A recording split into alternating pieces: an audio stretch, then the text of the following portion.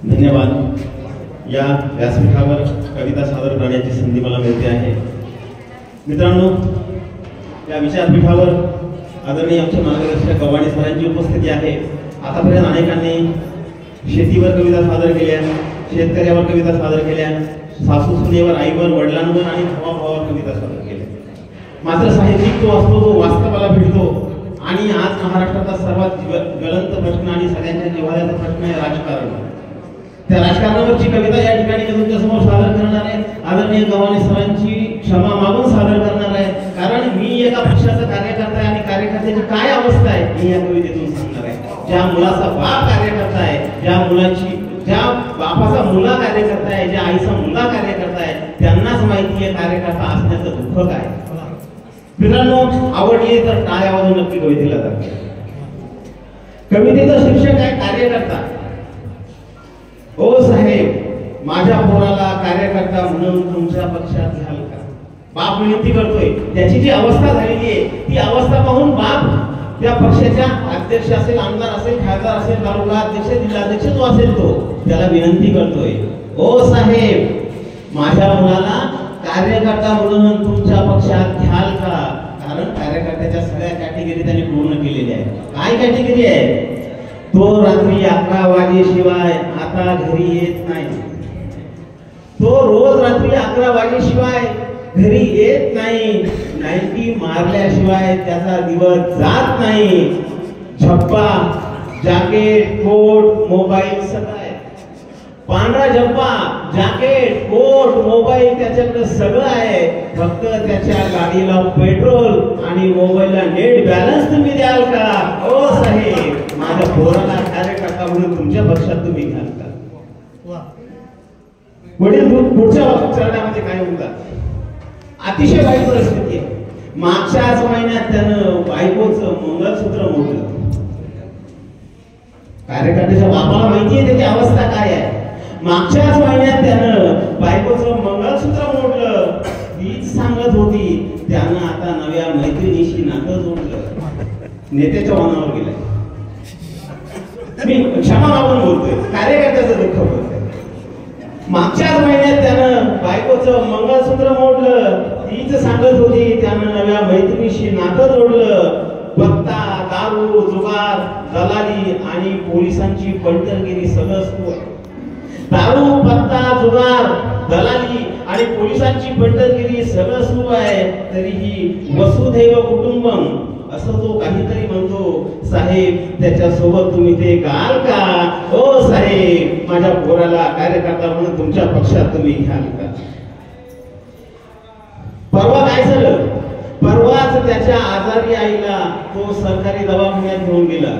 खासगी दवाखान्यात येण्याची त्याची अवकात नाही कार्यकर्त्याची. परवाच त्याच्या आजारी आईला सरकारी दवाखान्यात तो घेऊन निघाला. तितक्यात त्याच्या कुठल्या तरी नेत्याचा जामिनासाठी फोन आला. सांगितलं जमानत घ्यायची, 7 बारा घेऊन. परवा त्याच्या आजारी आईला दवाखान्यात घेऊन निघाला. तितक्यात त्याच्या कुठल्या तरी नेत्याचा जामिनासाठी फोन आला. माझ्या इमानदारीच्या 7 बाऱ्याची त्यानं कोर्टात करून दिली नोटरी. बाप म्हणतोय, माझ्या इमानदारीच्या 7 बाऱ्याची त्यानं कोर्टात करून दिली नोटरी. बापाचं दुःख संध्याकाळच्या बैठकीत त्याचं थोडं तुम्ही हलकं कराल का. ओ साहेब, माझ्या पोराला कार्यकर्ता म्हणून तुम्ही तुमच्या पक्षात घ्याल का. दुःख झालं ना बापाचा 7 बारा.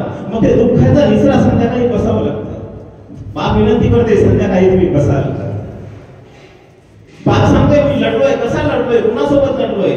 मी उन्हाळा हिवाळा कित्येक पावसाळ्याशी लढलो. मी उन्हाळा हिवाळा कित्येक पावसाळ्याशी लढलो. खरीप रब्बीचं पीक सडलं तरी मी घडलो. उन्हाळा हिवाळा पावसाळा कित्येक पावसाळ्याशी लढलो. खरीप आणि रब्बीचं पीक सडलं तरी मी घडलो. आता तो कोणासोबत लढायचं म्हणतोय. आता जिल्हा परिषद, पंचायत समिती किंवा ग्रामपंचायत लढायची आहे. मी कशाची लढलो, तो कशाची लढतोय. तो आता जिल्हा परिषद, पंचायत समिती किंवा ग्रामपंचायत लढायची म्हणतोय. 2 एकर विकायची म्हणतोय. जिल्हा परिषद, ग्रामपंचायत, पंचायत समिती लढायची म्हणतोय. 2 एकर विकायची म्हणतोय. म्हणतोय विकली तर विकू द्या, पण त्याच्या तिकिटाचं तेवढं बघाल का? हो साहेब, माझ्या पोराला कार्यकर्ता म्हणून तुम्ही तुमच्या पक्षात घ्याल का? कार्यकर्ता म्हणून तुमच्या पक्षात घ्याल का? आणि निष्ठा, आता तुम्हाला माहिती आहे देशात राज्यात काय चाललंय. कधी इंजिनात बसतो, कधी घड्याळ, तर कधी दाखवतो पंजा. कधी इंजिनात बसतो, कधी घड्याळ, तर कधी दाखवतो पंजा. कधी तुतारी, कधी कमळ, धनुष्यासोबत जणू खेळतोय मंजा. म्हणजे घेतात ना छोटी छोटी मुलं, ही कार्यकर्त्याची अवस्था झाली. कधी इंजिनात बसतो, कधी घड्याळ, तर कधी दाखवतो पंजा. कधी तुतारी, कधी कमळ, धनुष्यासोबत जणू मंजा. इमानदारी, प्रामाणिकता आणि निष्ठा भरपूर आहे त्याच्याजवळ. इमानदारी, निष्ठा आणि प्रामाणिकता भरपूर आहे त्याच्याजवळ. तो तुमचाच, फक्त त्याच्या खिशाची सोय कराल का? हो साहेब, माझ्या मुलाला कार्यकर्ता म्हणून तुमच्या पक्षात घ्याल का? आणि शेवटचं कळव आहे, बापाचं वृदान, बापाचं दुःख त्याच्यामध्ये मांडलेलं आहे. बापाच्या घरात धान्य नाही, त्याच्या खिशात पैसे नाही. बापाच्या घरात धान्य नाही, त्याच्या खिशात पैसे नाही. मात्र गावातली पोरं म्हणतात, हो दिल का राजा ऐसा वैसा नाही.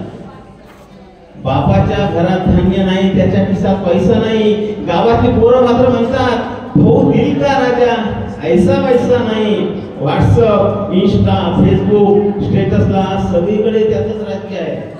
व्हॉट्सअप, इन्स्टा, फेसबुक स्टेटसला सगळीकडे त्याचंच राज्य आहे.